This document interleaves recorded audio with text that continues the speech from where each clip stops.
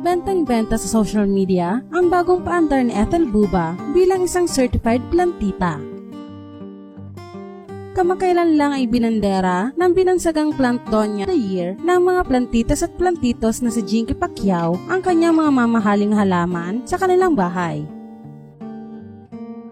Samantala sa ilang litrato ni Ethel, napansin ng mga netizens na tila ginaya niya ang mga Instagram photos ni Jinky Pacquiao kung saan ay makikita sa background dito ang naglalakihan at super expensive ng mga halamang pagmamay-ari niya.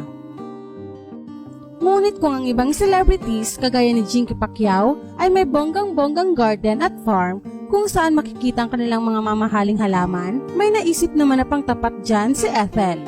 Nagsimula ding mag-alaga ng mga plants ang singer-comedian nang mag-lockdown sa bansa dulot ng COVID-19 pandemic. Yun nga lang, hindi mga expensive ornamental plant ang kanyang ibinandera. Ipinagmalaki ni Ethel ang mga puno ng gulay at prutas na nasa loob ng kanyang bahay, kaya naman naging instant vegetable garden ito. Ipinost ng komedyante na si Ethel Buba sa kanyang Facebook account ang ilang litrato niya katabi ang iba't ibang puno ng gulay at prutas na nasa dining area at sala.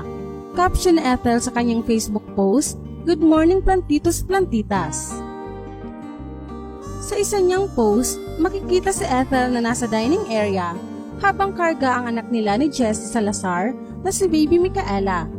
Makikita sa background nila ang isang puno ng malunggay na abot na sa kisame sa sobrang taas nito.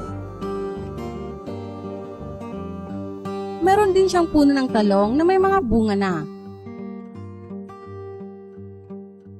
Alagang-alaga rin ni Ethel ang tanim niyang papaya na nakalagay sa 3 paso at nakadisplay sa kanilang sala. Habang sa tabi naman ng TV set nila ay may 2 puno ng saging. Bukod pa riyan, makikita rin ang naglalakihang dahon ng gabi na nakatanim sa gilid ng kanilang hagdan. Aliw na aliw naman ang mga netizens sa pinanggagawa ni Ethel. May mga nagkomento pa nga, nagagayahin nila ito sa kanilang tahanan kahit na magmukha na silang nakatira sa gubat.